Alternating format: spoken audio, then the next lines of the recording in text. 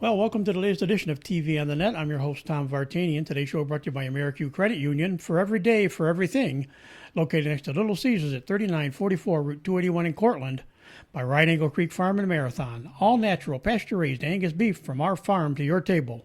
By the Cortland Voice, the exclusive media partner of TV on the Net. For all your local news and sports in Cortland County at no cost to you, check out CortlandVoice.com. By the Royal Auto Group on Route 281 in Cortland, the home of no hassle, no razzle-dazzle. Check them out at RoyalAutoGroup.com. And by Yeaman Real Estate at the entrance to Yeaman Park off I-81, exit 11 in Cortland. Well, we head back to the Cortland High School area, and we actually got a recent grad of Cortland High School, and we're going to talk a little bit about his career and his future goals. But joining us today is Jason Carr. Welcome, Jason. Hey, Tom. Thanks for having me on.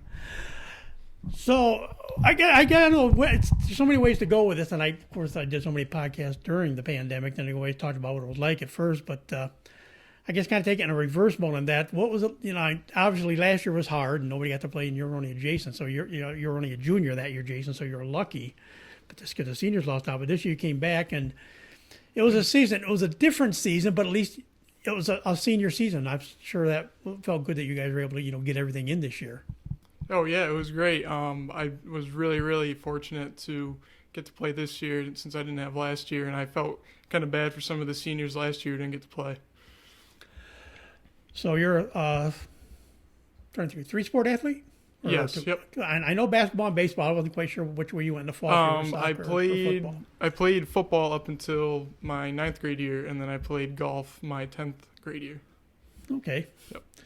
So obviously the golf was the one thing you kind of everybody kind of do because you're still kind of out in the open and away from people. So that was, even though it took time to get it brought back in, at least everything was brought back in. But what got you originally started in sports, youth wise and stuff? What were you involved in to kind of pique your interest? Yeah, since I was born, my dad's always kind of put sports into my life. Giving me opportunities to go play for different travel teams. I've played Crown City Little League since I was in kindergarten.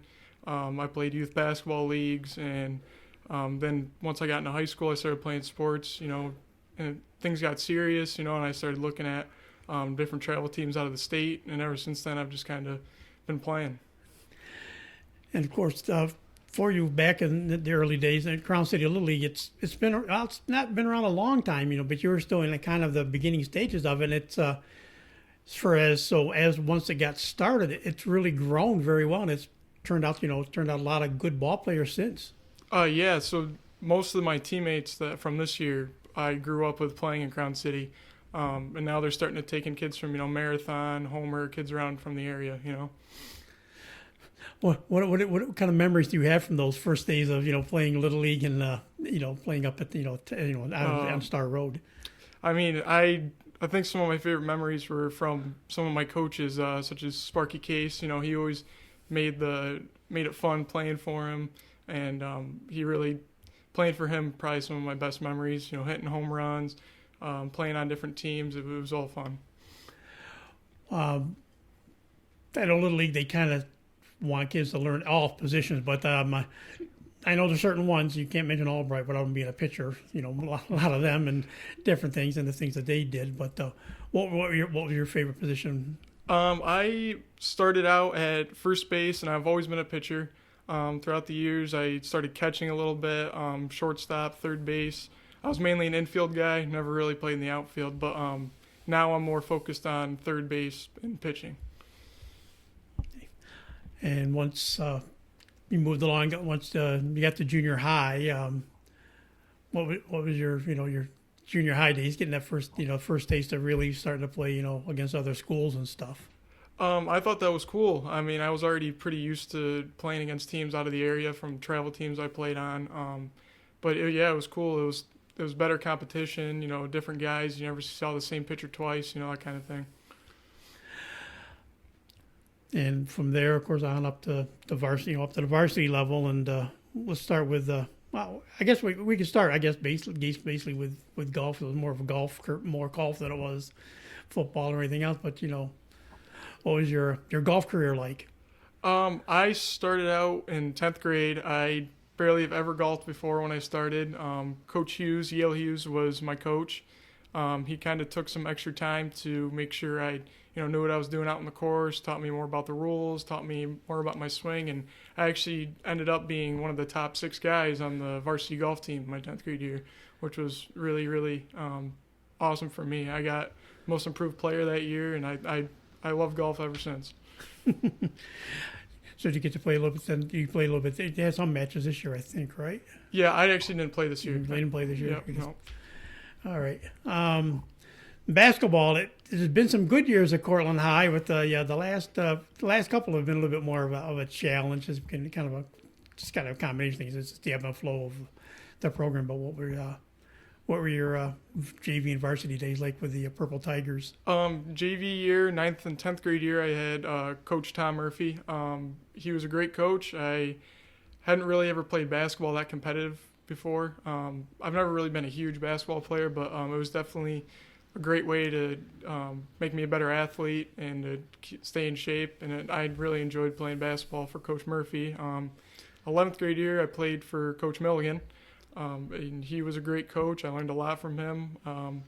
And from the minutes I played on the court, I learned a lot more, and it was really fun. I enjoyed it. And of course, the junior year, of course, things kind of ground to a halt. But most people did. I mean, I was covering marathon at the time, and they were in sectionals, and they were a step away from the regional game, to step away from the Final Four and stuff. But most teams got when COVID hit, most teams got their season in. So did it feel good that you're at least be able to kick back and say, yeah, we got a season in, and we'll try to build on it again next year if there was going to be a season? Yeah. You're talking about baseball? Basketball. Basketball. Yeah, so I kind of realized that I wasn't going to play basketball this year because I actually didn't. I focused more on baseball, but the guys that were on the team this year did do very well, and I think they were very, very happy to have a season this year, even though it was a little shortened. But I think it was great. And for baseball, what's it been like? That's been obviously your go-to sport. Your freshman season, then up as we said, no junior season, of course, because of COVID. But how were your first couple of years there? So I started varsity in 9th grade with Coach Albright. I was the youngest kid on the team. We had an all right year that year. We didn't make sectionals, but I think that was kind of more of a growing year for us because my sophomore year, we came back, we went 15-5, made it the first round of sectionals, and we had a great team. I mean, we were winning games, we were having a great time, and then once COVID hit, we were really, really disappointed in the fact that we didn't get a season. So we really, really put a lot of work in the off season, doing stuff when we could, using our gym times when we could, going to the JM McDonald Center, and then once this year hit, we were ready. We were out in the turf at Gutchess Lumber Sports Park doing what we know how to do. And obviously this year we had a great, incredible season. Started off 15-0 and ended 17-3. Made it to semifinals and sectionals, and I couldn't have asked for a better season. And you're one of those guys that kind of caught what ends up being kind of a nice idea. And it's proven out to work out very well. You actually are playing your varsity baseball plays on the turf at Gutchess Sports Park now. Yep. So I mean, so you have turf and you have lights. So I mean, you had lights at Beaudry, of course, but and I believe it was that sophomore year, you guys. I think you're one of the few teams that didn't lose a game because you had teams coming down here to play games just because of the turf. So, what was it like making that transition? Getting to actually play on turf. It was awesome. I noticed how you mentioned that we had a lot of teams come to us. We actually, my sophomore year, had teams come to us twice instead of going to their place, once, and they come to us once, and it was a huge advantage for us. Because we were used to the turf. We didn't play on dirt or grass much, so it was a little different, but we adapted to the turf really well, and we played great. And I think we're very, very lucky to be able to play on such a nice facility. What was the biggest, adaptations you had to make, going onto turf? I mean, obviously, a turf infield is one thing. Right. So with dirt and grass, the ball moves a little slower, but also it has a little bit of an unpredictable roll to the ball, they're bad hops. But when we went on the turf, everything kind of sped up a little bit. your doubles turned into triples because it would roll to the fence instead of rolling short and the outfielder getting it. You know, all the hops were true, and it was just I like the turf a lot better than I like dirt and grass. That's for sure. Yeah, but I think the turf's awesome, and I really actually didn't like going to other places to play because I wasn't used to the dirt. I wasn't used to feeling on it. You know, it was just a lot different. So talk a little bit about the season. Like you said, you guys started out very well. You know, like you say, 15-0 run to start the season, and you know, what was it like? You know, you got those first few wins. Did you just kind of feel that this was going to be, you know, that kind of a special season? I thought right off the bat that we were going to be young. I thought we were going to be inexperienced because we had an 8th grader on the team. We were mainly made out of juniors that had never played on varsity before because a lot of them were going to play on varsity last year. But once we got rolling, we got 5 wins in a row. The next 5 wins, we had a bunch of come-behind wins. You know, we'd be down 2 runs in the last inning. We'd come back and win, and it kind of just felt, once we got that 15th win, that we just refused to lose, you know. We faced a difficult Auburn team, and we got swept by them. They got two wins off of us, and after that, we kind of just wiped it off, said sectionals is coming up. We need to, you know, really put in work, and we actually won the first round against Oswego. And once we played CBA in the semifinal, we were actually up in the last inning, and they actually came behind and beat us. But I think having a 17-3 season was a way to end my high school career. And I remember that was it this, I can't remember, was it the CBA game that you lost? I remember there was one game you guys, I think that was the CBA game. You had a player get hurt all of a sudden. A player hurt and everything, you know, that everything that could go wrong went wrong and turned the game around, kind of. It did. Tyler Blake, he was our ace on the team, and he threw hard. He was a great pitcher. He had told me about some arm issues. He's always had a sore arm once in a while, but he actually broke his elbow throwing a pitch, and the ball skyrocketed up into the backstop. And right as soon as he did that, he grabbed for his arm, and I knew that something was wrong. And unfortunately, he's going to be out this summer for baseball, but I'm hoping that he makes a comeback and comes back next season. So, like you said, well, this was a growing year because a lot of juniors, you know, we're all sophomores, and you guys became juniors. Do you think could you have done any better than what you guys did this year, or if you had gotten that year in when you would have had? I know, Coach Albright said it was, we're going to have a real young team for a couple of years, but by the time these guys are juniors and seniors, they're going to be really good. Could it have been much better if you guys had gotten that year in before? I think obviously experience would have helped us out a lot. I mean, I think they did great for the amount of experience that they did have, but I think that what helped us the most was the fact that we've played together our whole lives. You know, I'm talking about Little League. You know, we played together as long as I can remember, travel ball.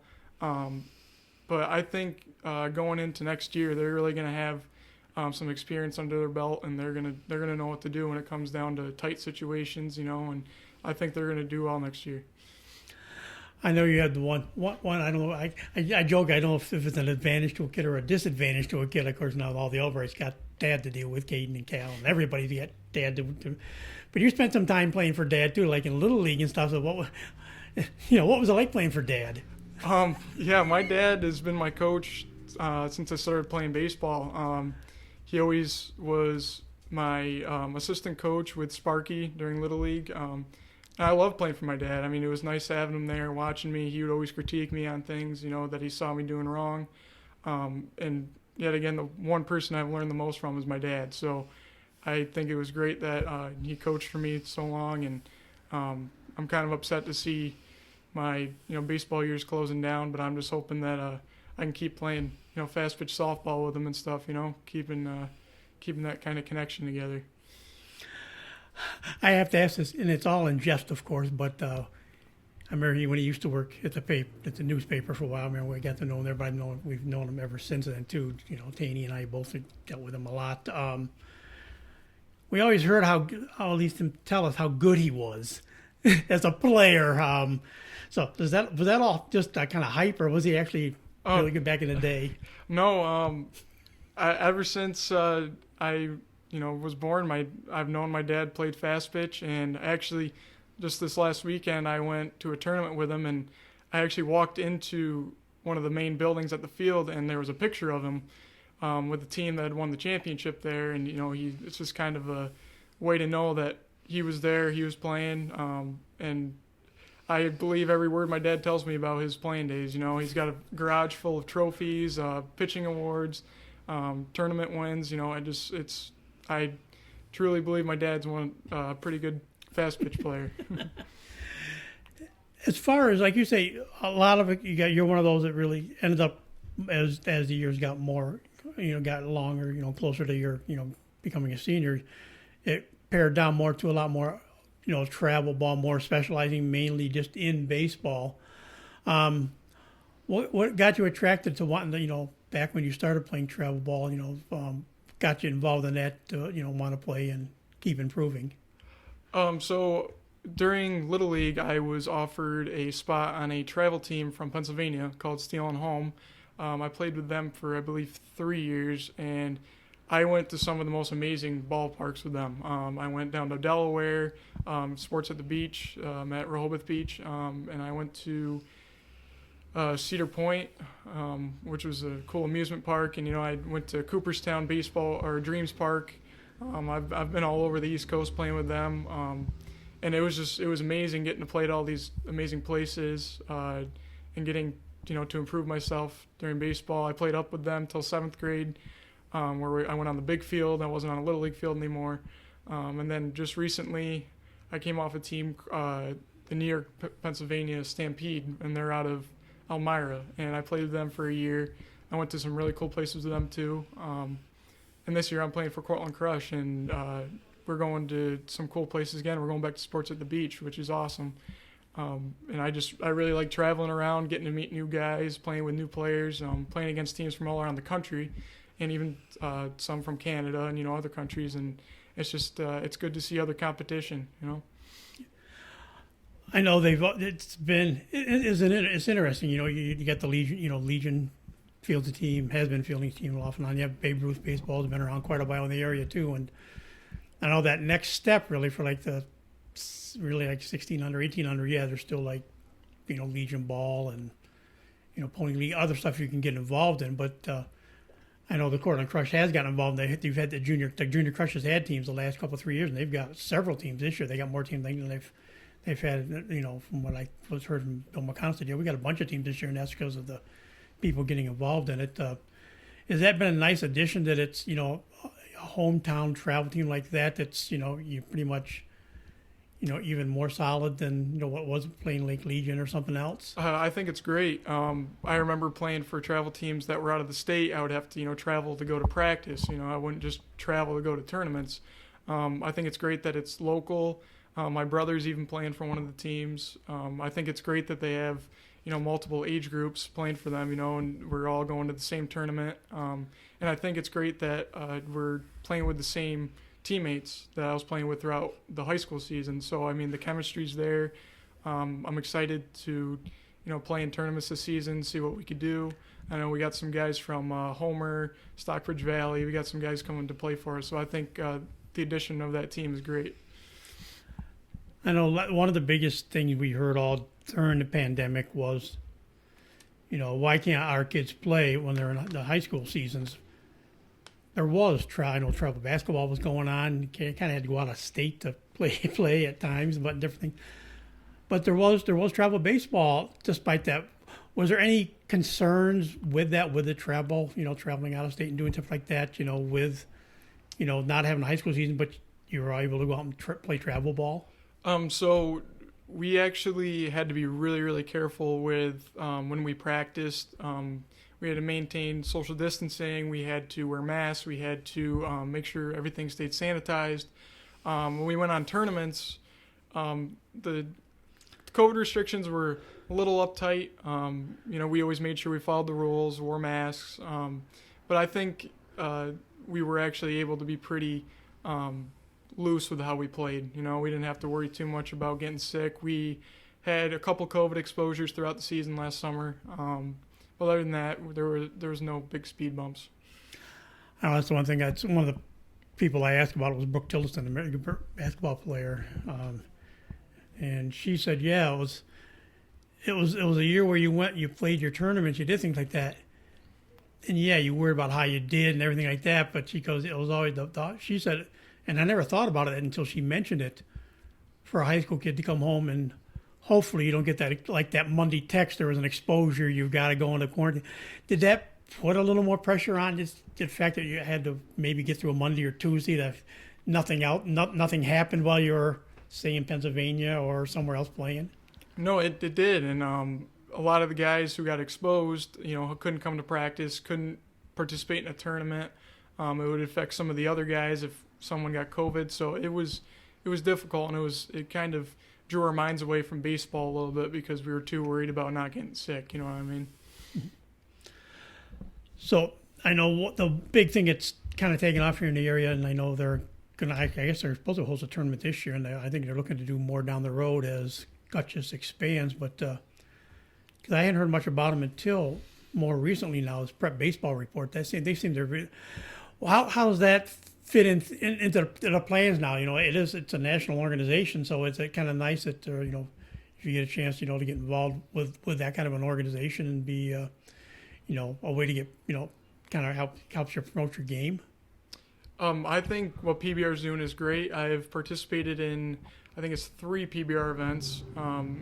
The way they do it is awesome. They take your stats, they reach out to college coaches for you. They kind of give them a little briefing of how your baseball skills are, and I've used some of those stats, not as much lately because I haven't done a showcase in quite a while, so my stats really aren't up to date, but at the time when I was doing them, it was great, and I think it's really adding to the baseball community around here, especially how many events they're doing at Gutches. They're really bringing in some publicity and making the place known. So when you say the Crush this year, are you still doing like something with the Junior Crush, or are you with the big team this year?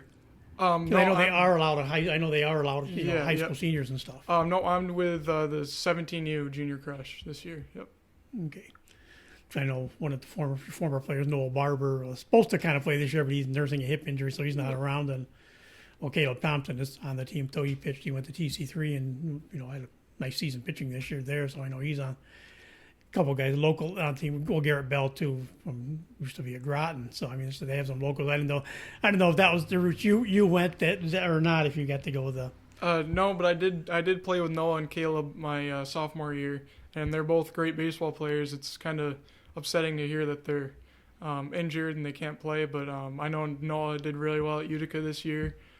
Caleb has been pitching great at TC3, and I've heard a lot about him too. So I just love to see those guys, really doing well. So as you went through this senior season and everything, have you been thinking about going on to play college ball? So I do plan on going to TC3 in the fall to finish my associate's degree. I was actually supposed to graduate from high school with my associate's degree, but I ended up a few credits short. So once I go in the fall, I'm going to see if I want to start a new major and go in the spring, and I plan on playing baseball for them in the spring.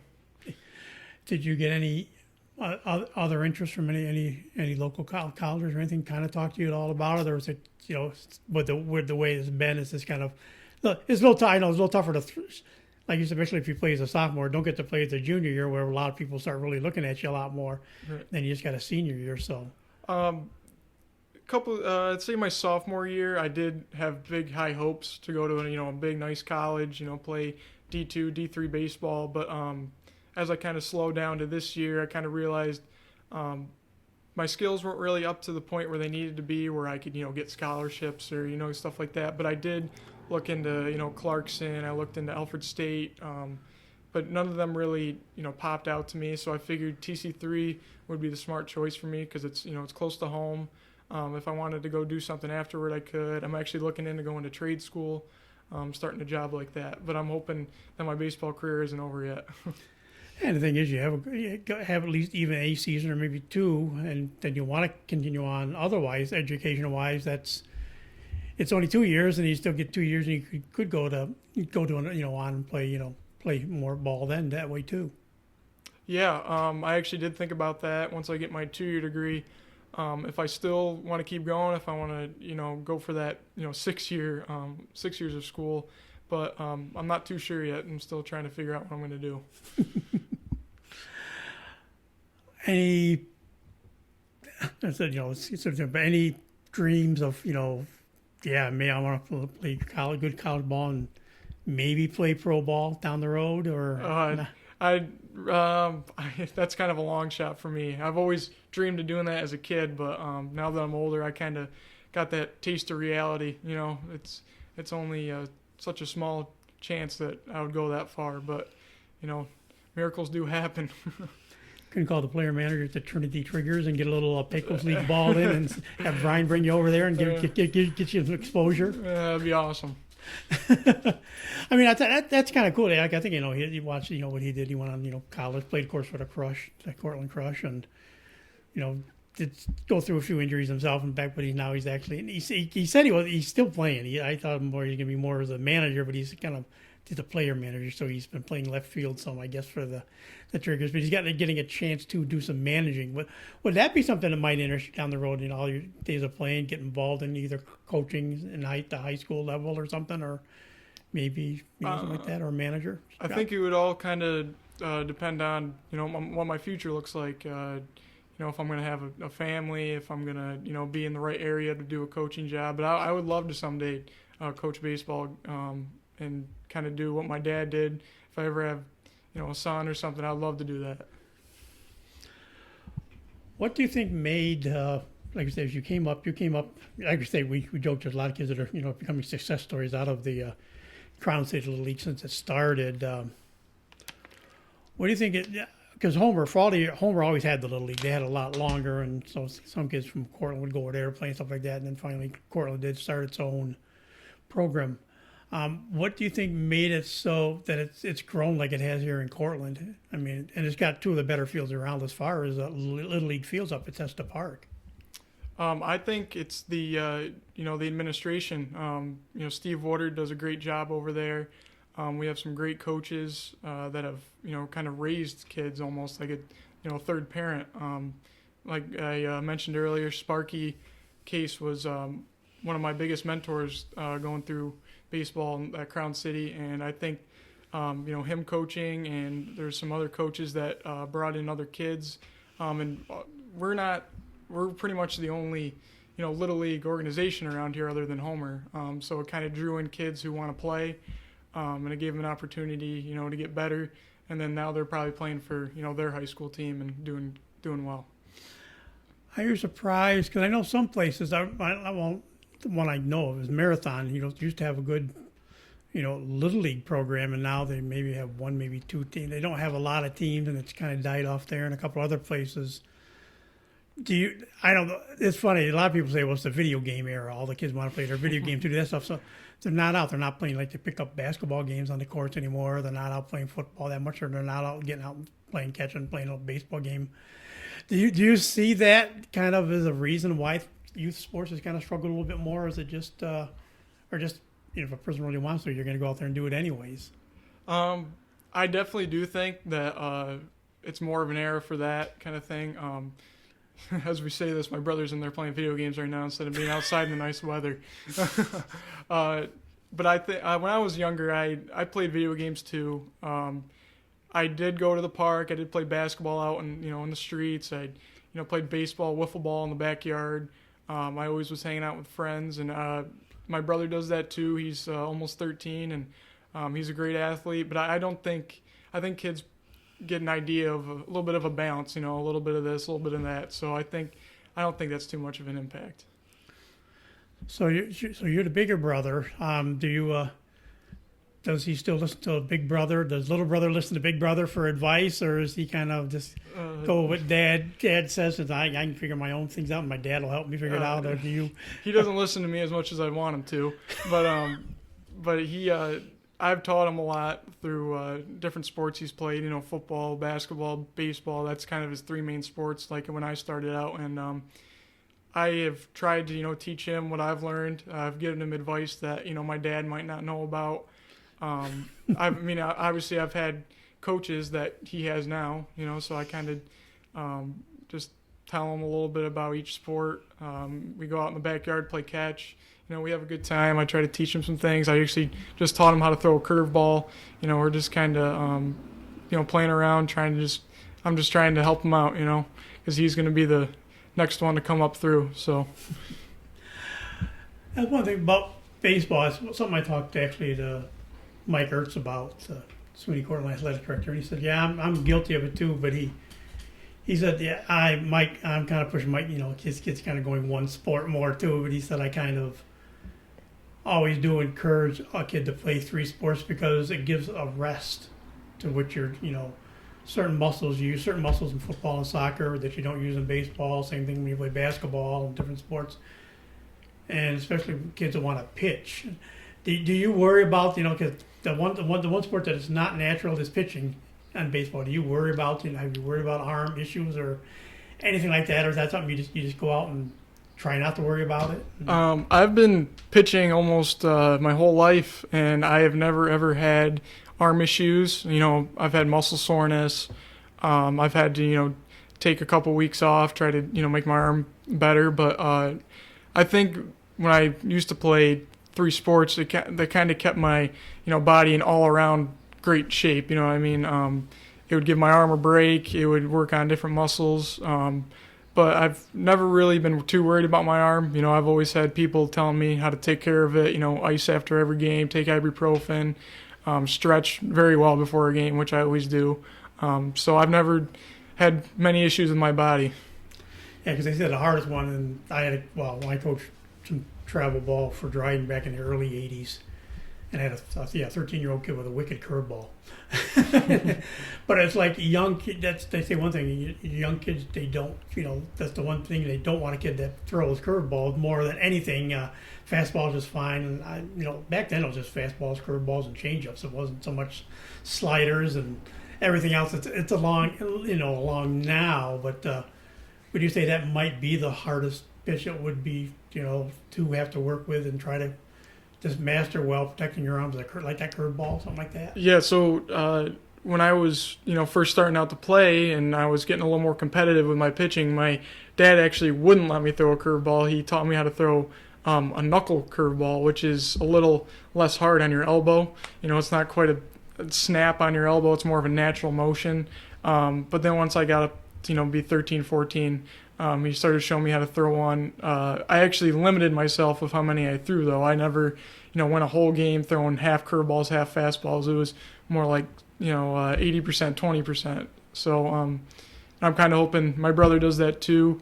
But once I got, into JV, varsity, I started throwing it more once my arm started to develop and I got older.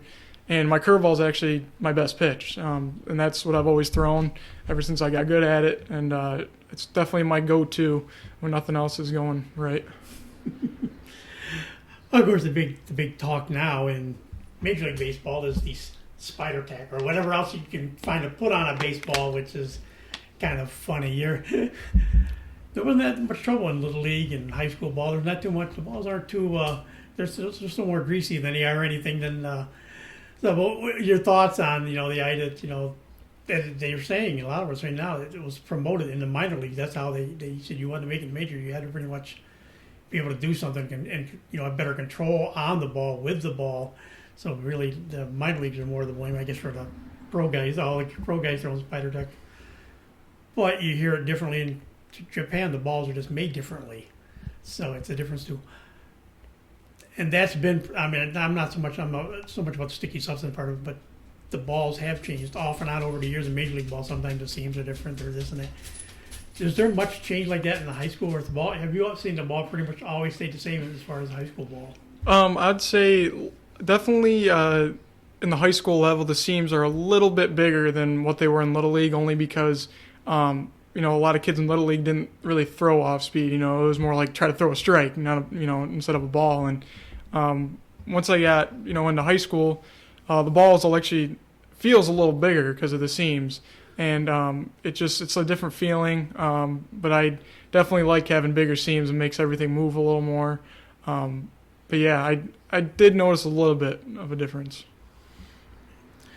Like I said, of course, like in high school, they don't worry about foreign substances, so it's not not a big deal anyways, but it's kind of. What did you see as the biggest improvement in your game, from when you started to where you are now?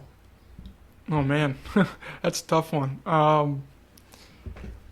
I think all around, I've never been, a big hitter. I mean, I've had good batting averages, and I get on base, but I think I really, really improved in my fielding this year, especially. I've always played on the infield, but I've never been a guy to go all season without a couple errors. And I felt this year Coach Albright really worked with me on playing third, learning how to not pull my head off the ball when I'm fielding, and making everything clean. And I think that's probably one of my biggest improvements this year.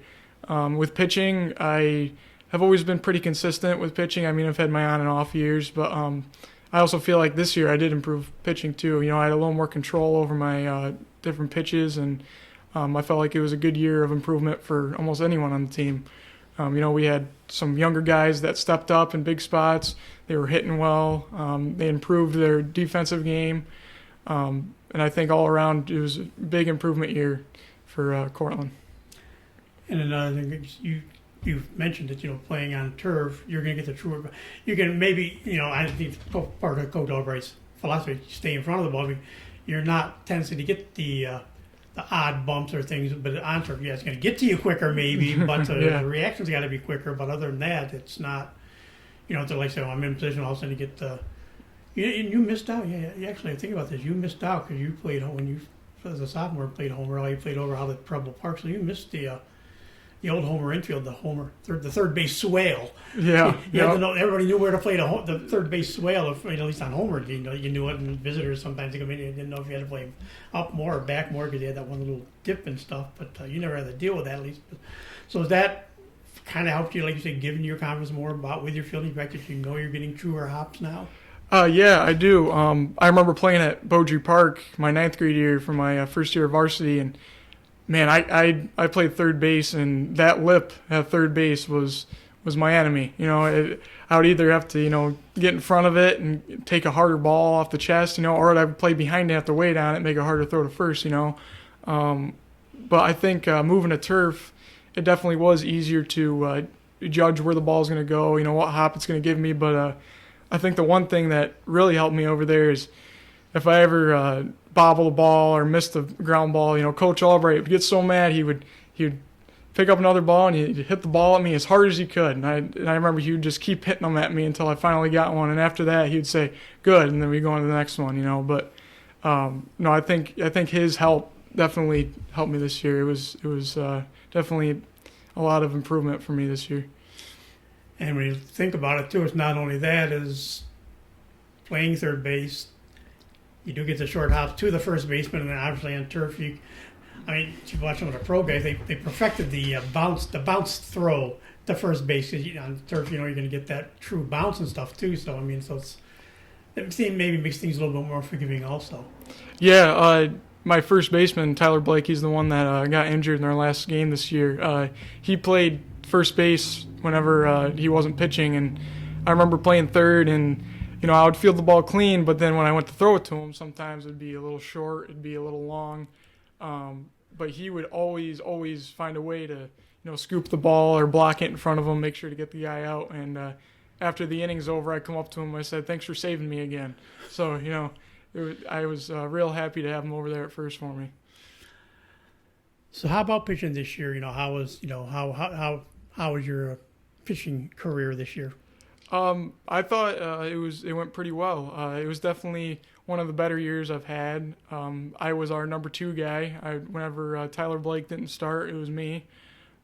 We'd normally alternate games. We'd play one game home, one game away. He would get the home game sometimes. I would get the home game sometimes. But I thought this year, I'm not a huge fastball guy. I don't throw the ball 90 miles an hour. I'm more of a high 70s, mid 70s, and I mainly focused on my off speed this year. It was I had a slider and a curveball, and that was kind of my go-to pitches.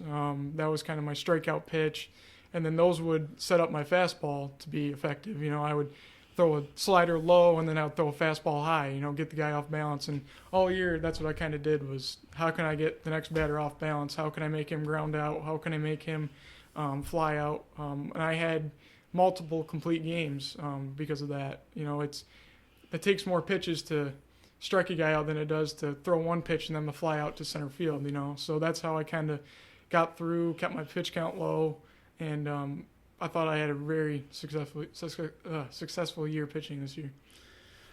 So, like you say, without the power, you would be more. I don't say aim it, but it was more pitch to a spot more than, all the guys that throw hard. A lot of them just they go in and just fire it and hope that it's in the strike zone where we want it to be. But guys are a little bit slower. They do.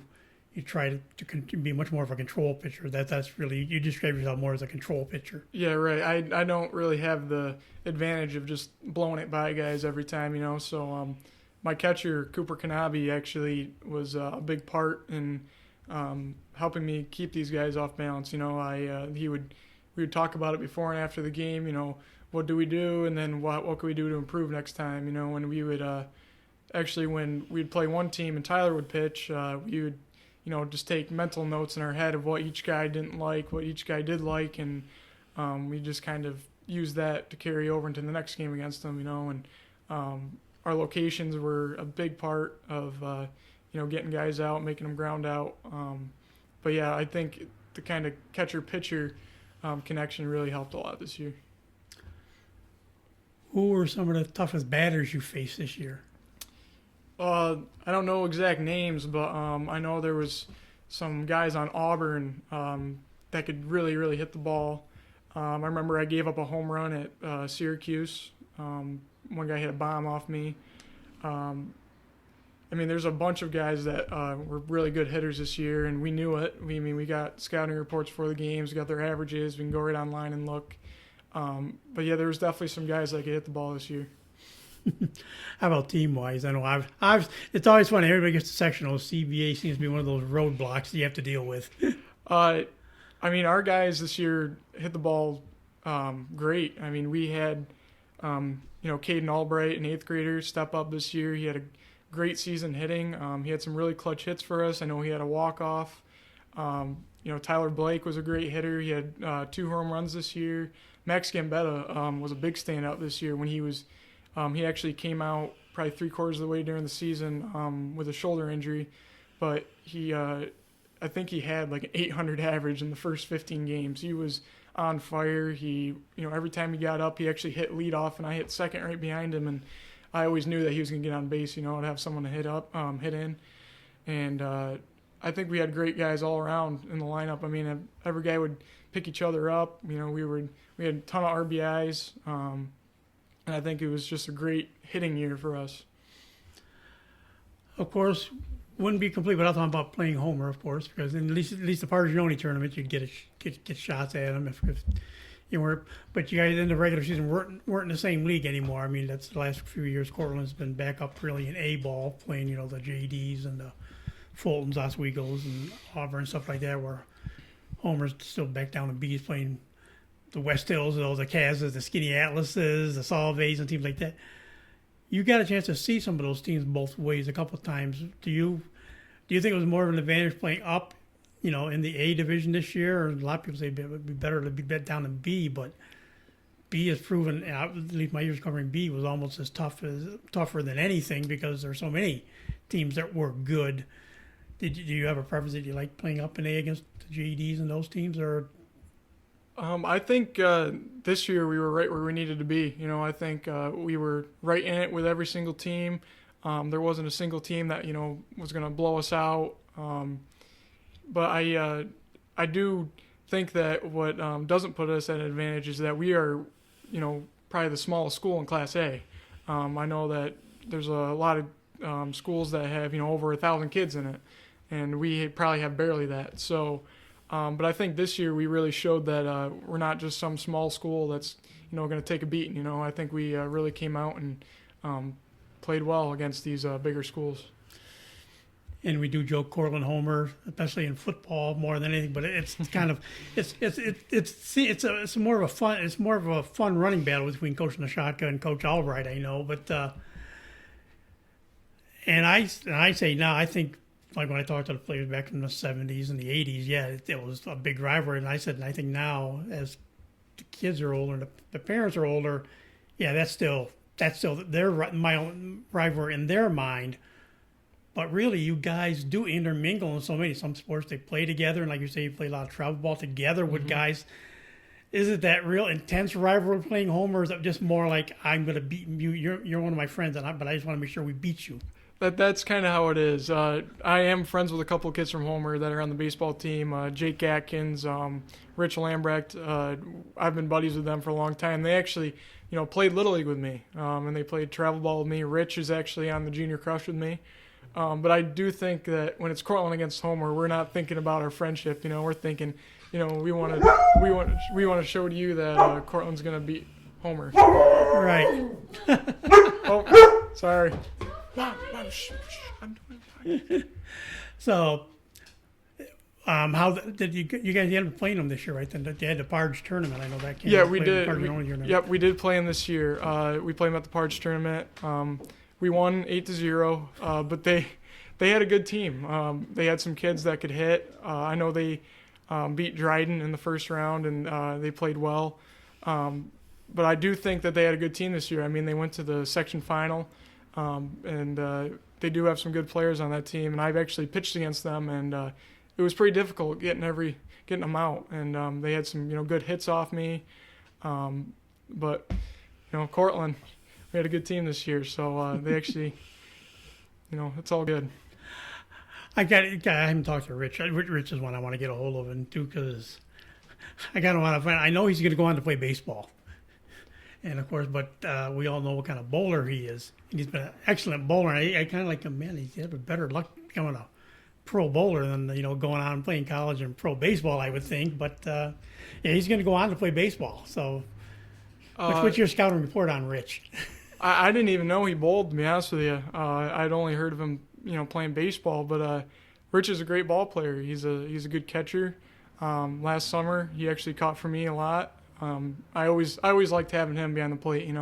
Other than Cooper, he would totally be, my number one guy to be behind the plate for me. He's a good hitter. He's actually a big hitter for our team. And I think he's just a great all-around ball player. Like we said, the joking part of it, the guys do that, but what is it kind of like you say, Coach Albright, and sometimes you guys were playing games at the same day just on the opposite field because you have the two fields. I know there's a few times that Homer played on the one field, we were guys on the other, but what is it that makes it so much fun watching the Shotka and Coach Albright go at each other? I think it's just the fact that it's the rivalry. Coach Albright has been coaching for Cortland for a long time now, and it's always a good day when Cortland beats Homer, and Coach Albright and Coach Nishaka, they like to butt heads sometimes, but I think they're good friends. And I know they go out and they have breakfast together and hang out and talk about baseball. So I like Homer. I think they're a great school. I think they're a good ball team, and I like most of the kids from Homer. So I like them. And we do laugh. Coach Albright actually got his coaching start as a modified coach at Homer. So yeah. That's another thing. Coach Albright used to coach at Homer, so that makes it a little different for him. But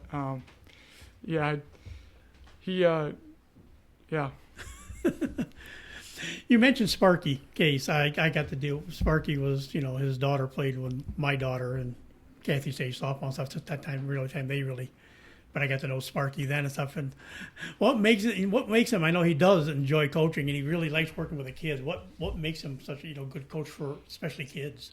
I think the most simplest way to put it is fun. I remember one time we were losing in one of my Little League games, and we were all just bummed. Our heads were down, and Coach Sparky he pulled up his shirt and he started rubbing his belly on the fence. And he started, hey, what are you guys pouting about? And rubbing his belly on the fence at the same time, making us laugh. And I think that's the one thing that made him so effective was he could turn, your sad face into a smile. He'd make sure that you remember why you're here playing. And he's taught me a lot of what I know too, on top of what my dad's taught me. And I think he's really affected a lot of kids going throughout Crown City. Okay, like you mentioned, you are playing fast pitch softball. You're one of the few that, like I said, there is no fast pitch in Cortland this year, which is kind of unusual. There's always been at least some there along the way, and now that it's gone totally. Like your dad said, what fast pitch softball? Well, he was pretty darn good at it back in the day when he just played in Cortland and the rivalries there and stuff. But what is it you like? Like you say, you're still involved in it. What do you like about playing fast pitch softball?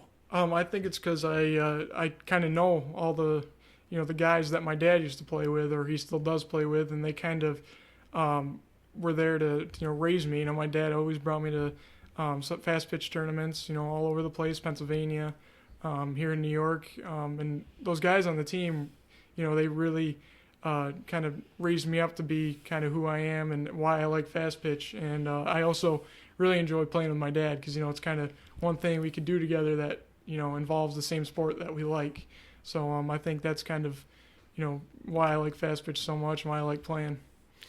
So is that the idea? You retire him as a pitcher, and then you can have him teach you how to pitch, and you can retire the old arm and bring in a new arm? I'm hoping someday he'll teach me. But like I say, that's much more easy. It's more of a natural motion, the underhanded motion. Do you think that's something? Is it something you've played around with a little bit, like during a season like this when you're playing fast pitch, or is it not when you mess around with a lot? Oh, no, I do. Just this past weekend when we went on a tournament, when we were playing catch, I'd throw in an underhand pitch once in a while, just trying to see, how to do it, trying to work things out, kind of feel things for myself. And, I do hope that one day he will go out and, help me learn how to pitch. I mean, I know Yale Hughes was a big part of why he learned how to pitch, and he was actually a real good pitcher here at the Cortland League. And, I'm just hoping that I'll be able to do the same thing sometime. Would you like to see it make a comeback here in Cortland? Like I said, I was just the first year really without it at all, but you've seen it dwindle over the years. And actually, it used to be the Pioneer League, which played 2 nights a week. The McGraws, Truxtons out that way, and then you had the Cortland League, which had 5 or 6, 7 teams in its own right. Do you see it all coming back to some degree, or is that kind of maybe it's not going to be around as much as it could be? Well, and I know that it kind of ended because my dad was actually helping organize the league, and he was having a hard time finding teams to play, finding players to fill in. And I'm definitely hoping that it makes a comeback. I'm hoping that some of these guys that don't end up either going far to play baseball or that they're done with baseball, I'm hoping that they come back and maybe sometime we could get something together and we could just have a good time with that kind of thing. And you've got to do it, like you say, in travel ball. You've gotten to travel. You're traveling the tournaments, still playing stuff like that. And you did make a fast pitch softball tournament trip as well. What's it feel like to be able to go out to like to a different state or a different part of the New York State or to a different state altogether and get to go up against some guys you obviously don't ever see? Well, what amazes me is that some of these guys from other states, my dad always knows. Somehow he met them somewhere at some tournament. But I think it's awesome seeing, some of these guys that aren't even from our country. We have guys from Argentina that come to play, New Zealand. Even some of them came to play on, my dad's team, the New York Bombers. And it's just cool seeing all these players from around the world come in. And some of them, are great fast pitch players. They throw 80 miles an hour from 45 feet. Who's going to hit that? And they, hit bombs, 300 feet over the fence. And, it's just, it's awesome seeing all these guys and getting to go to new places. So like you said, immediate plans are, like you said, we got the summer ball coming up here, and then TC3 in the fall with maybe a baseball season.